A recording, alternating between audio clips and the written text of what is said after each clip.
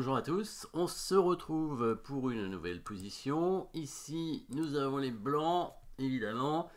Et que se passe-t-il au niveau matériel? C'est un pion d'avance, on dirait, pour les noirs. Hein. 5 pions chez les blancs contre 6 chez les noirs. La paire de fous, quand même. Position ouverte.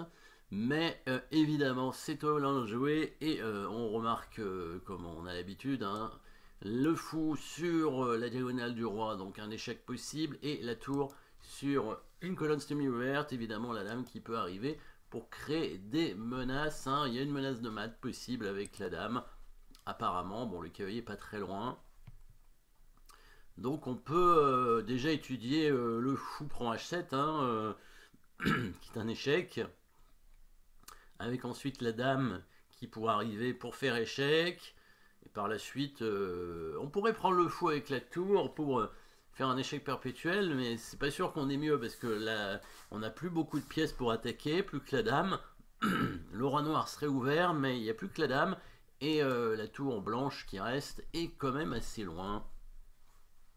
Du coup, si on menace mat immédiatement avec la dame en H5, il va pousser un pion, peut-être le pion G6, hein, parce que ça attaque la dame, du coup après il pourrait rentrer son fou tranquillement.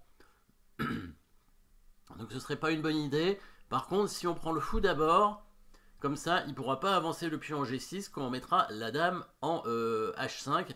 On pourra faire échec d'abord, parce que si on met la dame en H5 tout de suite, il y a la possibilité de bouger sa tour F8 et de s'enfuir lâchement, évidemment, avec son roi. Et difficile à rattraper, même si, bon, ça donne encore des possibilités, mais peut-être c'est mieux de faire d'abord échec. Donc on prend le fou, il reprend avec le pion, on fait échec. Et alors bon, au niveau des coups forcés, hein, échec et menace de mat, on a vu. Attaque de la dame, je suis pas sûr que bon, ce soit très intéressant de donner un cavalier pour attaquer la dame. Et donc le coup forcé qui restait, c'était tour prend fou. Hein. Je vais peut-être aller un peu vite à ce niveau-là, mais en tout cas, à part l'échec et la menace de mat qu'on a vu assez rapidement, qui fonctionnait pas forcément très bien, l'attaque de la dame semble pas intéressante du tout. Il n'y a plus grand chose à faire, on ne peut pas attaquer de tour, donc il n'y a que la prise du fou. Hein. Tour prend fou, puis on prend dame échec, ça c'est vraiment la variante forcée. Le roi est obligé d'aller en H8, et là maintenant on va menacer mat, parce que il peut rien faire d'autre que pousser son pion pour éviter le mat. Hein. Apparemment, il peut pas défendre le pion H7, le roi ne peut pas s'enfuir. Donc il n'y a que le pion qui peut avancer, et suivant où on a mis la dame, on pourra faire un échec évidemment en F6, dans le petit trou ici. Le roi sera obligé de revenir en G8, et là, maintenant, avec la dame en F6, on peut espérer, bon déjà il y a échec perpétuel, mais évidemment c'est pas ce qu'on recherche, hein, évidemment échec perpétuel. Amener la tour, ça risque d'être un peu long parce qu'il va proposer un échange de dames. Hein, on n'aura pas le temps d'amener la deuxième tour. Est-ce qu'on peut amener le cavalier? Si on amène le cavalier en D5, il va prendre. Par contre, ce qu'on peut faire, c'est prendre le pion F5. Histoire de... histoire de dévier, enfin de supprimer en fait, oui, de dévier le pion E6 pour amener ensuite le cavalier. Est-ce qu'il est obligé de prendre le fou? Alors s'il prend le fou, on peut amener le cavalier, évidemment on attaque la dame, et on a la menace en E7 avec le cavalier, ce serait mat, il serait obligé de sacrifier sa dame. S'il prend pas le fou, donc s'il joue un coup comme dame D8, c'est plus malin hein, quand même. Hein. Donc dame G4, roi H8, dame H4, F5. Ah, peut-être que, évidemment, on donne le fou avant, bien évidemment, puisque, en fait, quand on prend le fou en F6, qu'on fait échec en G4, hein, roi H8, dame H4,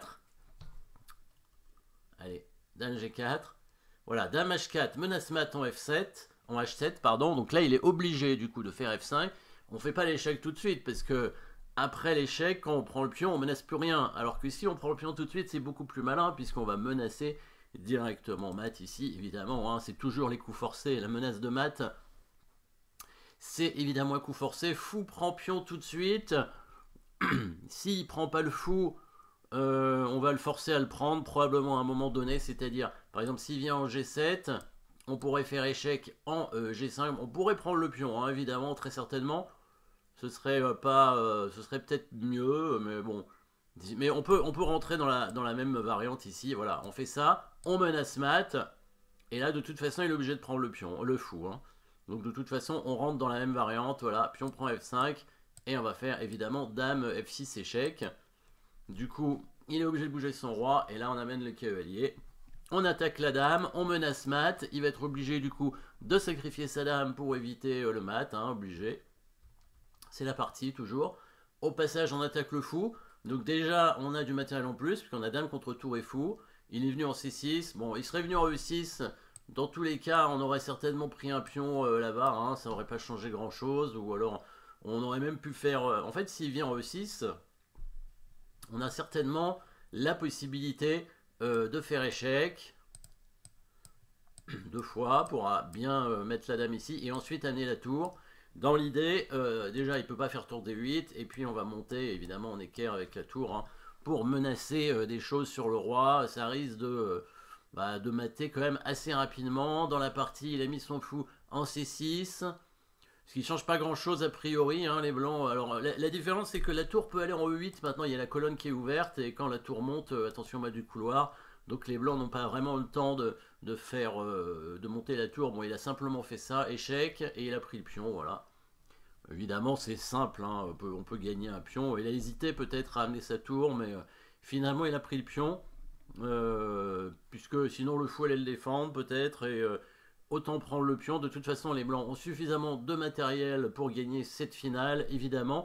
En plus, il y a toujours une attaque possible sur le roi, hein, avec le passage de la tour sur la 3e rangée à tout moment. Il y a encore un pion faible, peut-être que la tour en F1 pourrait menacer ce pion. Ensuite, on pourrait simplement pousser le pion pour éviter le mat du couloir et monter la tour comme ça, hein, pour attaquer le roi. Ça risque d'aller assez vite, je pense, hein. Les noirs vont pas pouvoir résister très longtemps dans cette partie. Donc, petite élimination du défenseur ici avec tour prend fou, qui permet ensuite la menace de mat. Les noirs sont obligés de bloquer comme ça, et on va éliminer à nouveau, hein, la défense. Donc là, la chaîne de pions devant le roi cette fois. Hein, tout à l'heure c'était le fou, là c'est le pion, et puis ça permet de dévier du coup. Voilà, le pion E6, et donc le cavalier arrive et la dame est perdue. Voilà, petite combinaison sympathique sur l'attaque sur le roi, alors qu'au départ finalement il n'y avait pas énormément de pièces en attaque. Hein. Bah si, quand même, hein, on avait dit la tour, le fou, la dame peut-être, mais rien de spécial. Mais quand même des possibilités de menace de mat avec un échec aussi possible. Merci d'avoir suivi cette position. N'oubliez pas, si vous n'êtes pas abonné, abonnez-vous, hein, très important. Et puis mettez un pouce bleu si vous aimez évidemment les positions. Merci à tous et à très bientôt.